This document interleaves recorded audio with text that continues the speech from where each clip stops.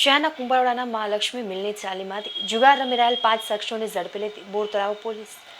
મળતી માહિતી અનુસાર બોરતળાવ પોલીસ મથકની ટીમ તેમના પોસ્ટ વિસ્તારમાં પેટ્રોલિંગમાં હતી. તે દરમિયાન ખાનગી રાહે બાતમી મળી કે કુંભારવાડા મહાલક્ષ્મી મિલની ચાલી વિસ્તારમાં કેટલાક શખ્સો જાહેરમાં જુગાર રમી રહ્યા છે.